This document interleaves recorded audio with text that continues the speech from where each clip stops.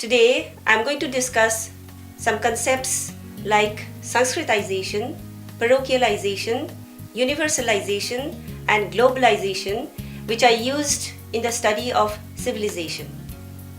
The post-independence period in India witnessed a shift in the domain of anthropology as a discipline.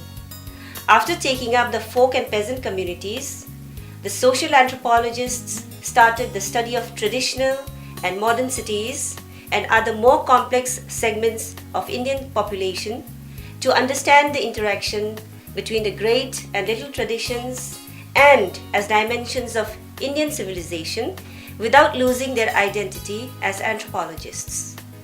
The role of caste in politics has also attracted the attention of social anthropologists, and much of the empirical research on caste deals with the relationship between castes, status, power, stratification, and economic dimensions of these factors. Several useful studies of the processes of Sanskritization, Parochialization, Universalization, and Globalization have been undertaken. Before attempting to observe the operation of these processes in a society, it is important to have a clear understanding of the terms and concepts used in the study. Redfield and Singer have been deeply concerned with the theoretical and methodological problems of studying a civilization. Redfield develops his propositions about civilization on the concepts of great and little traditions, cultural specialists, style of life, cultural performances, and cultural media. With the village as the point of reference, the higher and intellectual influences that come from the outside are termed the great tradition, and those that come from within the village are termed the little tradition. In his methodological study in India, Singer applies some of Redfield's views to the study of Indian civilization. He examines Redfield's concept of cultural specialists in Indian situations and formulates some other concepts like cultural media, cultural performances, and cultural stages. He makes a distinction between the unit of cogitation and the unit of observation. He calls such units of observation as prayers, rituals, recitations, rites and ceremonies, cultural performances, and the places where the cultural performances occur, cultural stages. They may occur in the home or in the temple or in any other sacred or secular place under a separate priesthood. He further suggests that concepts like great and little traditions or social organization of traditions can be formulated on more abstract levels. Sanskritization. The concept of Sanskritization was put forth by M.N. Srinivas in his book Social Change in Modern India. According to him, Sanskritization represents actual or aspired for cultural mobility within the framework of the established great tradition and stratification system of caste. Through Sanskritization, a caste or a tribal community ventures to gain higher status in society. There is a constant effort on the part of the lower placed groups in the caste hierarchy to raise their status as a group by Sanskritizing their rituals and beliefs. In Sanskritization, a low caste takes to the conduct by imitating the customs and rituals characteristic of the high castes with the belief that they would qualify for being treated as twice born. The process of Sanskritization is found not only in castes but also in tribal communities. To prove his point, Srinivas gives examples from caste groups and tribal groups. The Lingayats of Mysore had Sanskritized their way of life over 8 centuries ago. In recent times, Sanskritization has been widespread both spatially as well as structurally. The Ramgharyas of Punjab, the Chamars of Uttar Pradesh, the Orauns of Bihar, the Bhils of Rajasthan, and the Gonds of Madhya Pradesh have all tried to Sanskritize their way of life. Srinivas further explains that it is not just the desire to raise one's status in the social hierarchy that affects Sanskritization, but other factors that have contributed to Sanskritization are the spread in education, improvement in the means of communication, and other modern values introduced by the British rulers. Parochialization. The concepts of universalization and parochialization were put forth by Malcolm Marriott in his Little Communities in an Indigenous Civilization as a sequel to Robert Redfield's Great Tradition and Little Tradition.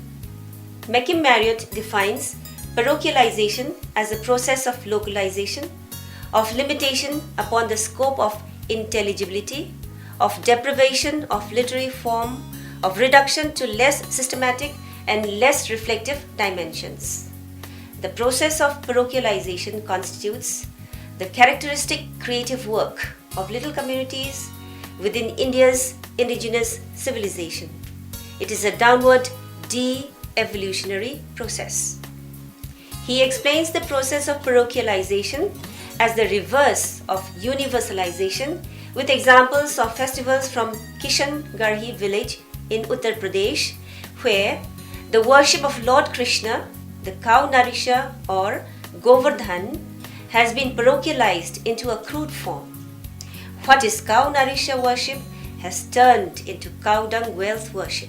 That is, Go plus Vardhana has been crudely transmitted to Gobar plus Dhana.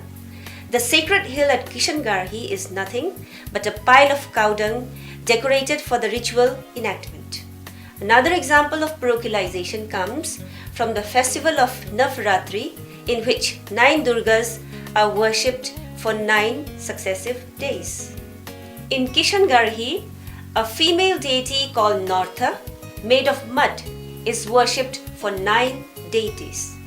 Marriott points out that the Durga has been parochialized into Northa, the name itself being a parochialized term deriving from Navratra or 9 nights. Thus, Marriott concludes that, seen through its festivals and deities, the religion of the village of Kishangarhi may be conceived as resulting from a continuous process of communication between a little local tradition and great traditions which have their places partly inside and partly outside the village. Since both great and little traditions exist within the religion of little communities and these communities communicate, study of the religion of a little community can contribute to understanding of processes of universalization and parochialization which are generally operative in Indian civilization. Universalization. As stated above, by universalization, Marriott refers to the carrying forward of materials which are already present in the little tradition, which it encompasses.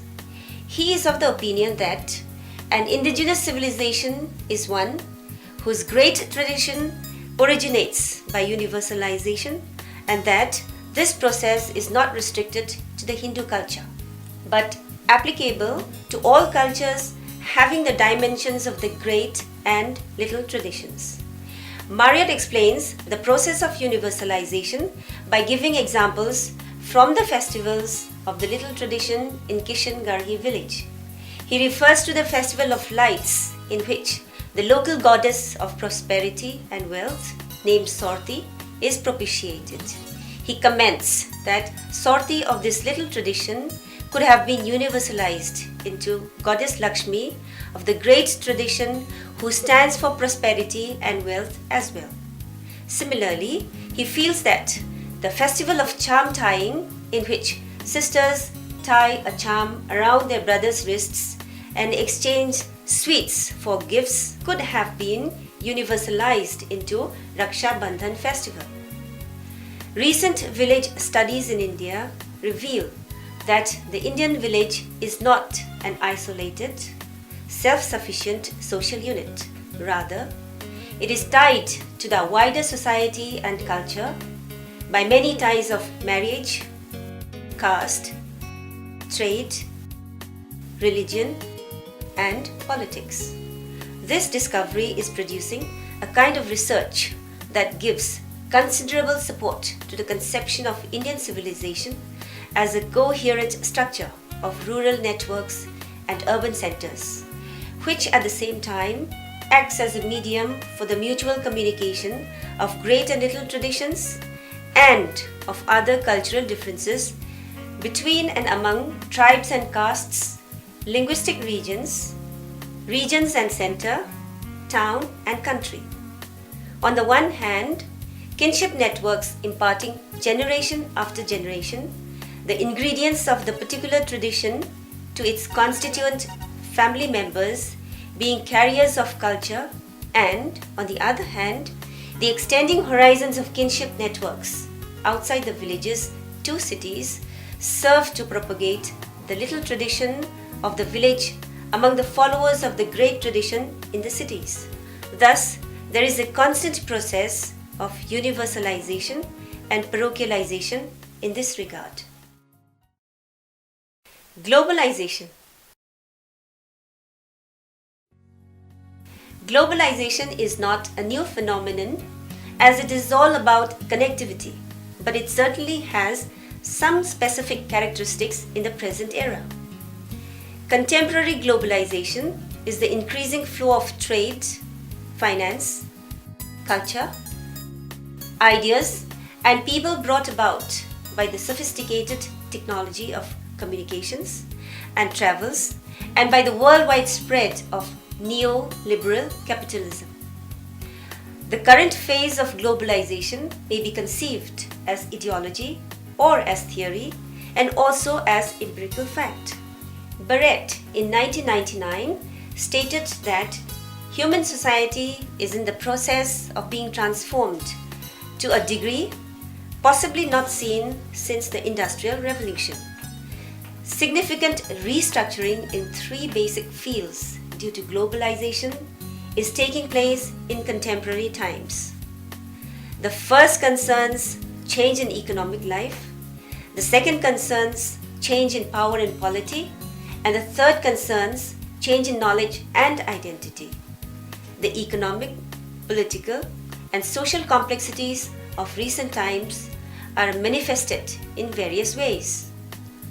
A global crisis has been associated with environmental degradation, breaking up of Eastern Europe, graying of industrial societies, unipolar superpower, AIDS epidemic, worldwide ethnic conflicts, communal violence, terrorism, identity, politics, and so on.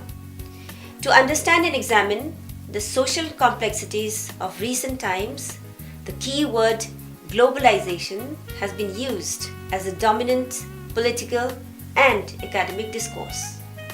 Of the various dimensions of globalization, cultural globalization has attracted much attention of the anthropologists and sociologists. Cultural globalization is the process which creates a global culture based on the values of multiculturalism and democracy.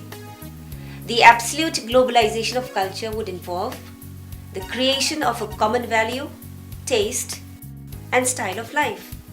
The most basic issue in cultural globalization is whose culture acquires a global spread and whose not. Under such a context, it is difficult to ignore the issue of cultural imposition and domination of the developed West.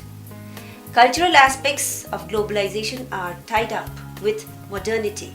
Most commonly, it is assumed that it is spreading from the West and produces uniformity and standardization through technological, commercial, and cultural synchronization. Cultural communication exposes the communicators to foreign influences. The most relevant anthropological concept which helps in understanding cultural globalization is the concept of cultural contact or diffusion. In the era of cultural globalization, the basic concept of culture as shared patterns of learned belief and behavior constituting the total way of life of a group of people, the totality of tools, acts, thoughts, and institutions of any given human population has also been changing. Culture as a particularistic and localized phenomenon is fast becoming outdated with the increasing penetration of external elements of non-integrated traits accumulated through the process of globalization. A large number of people of a given culture are now residing outside their fixed territory. Earlier, the people had been creators and creatures of culture. But today, the corporate bodies and media have emerged as the creators and carriers of culture. Nonetheless, globalization has created a section of loser along with a section of gainer across society and culture in the global world. Conclusion. It, therefore, may be concluded that the growth of Indian anthropology was greatly influenced by the American social or cultural anthropologists who took up village and caste studies along with studies on the dimensions of Indian civilization. The concept of Sanskritization put forth by M.N. Srinivas, which represents actual or aspired for cultural mobility within the framework of the established great tradition and stratification system of caste, has helped anthropologists to a great deal in studying Indian civilization. The importance of studying the religion of a little community to understand the processes of universalization and parochialization which operate in Indian civilization has been stressed by Makim Marriott. Globalization being a process of connectivity and of increasing interdependence of world society into a single whole, its operation also needs to be taken into consideration in studying Indian civilization.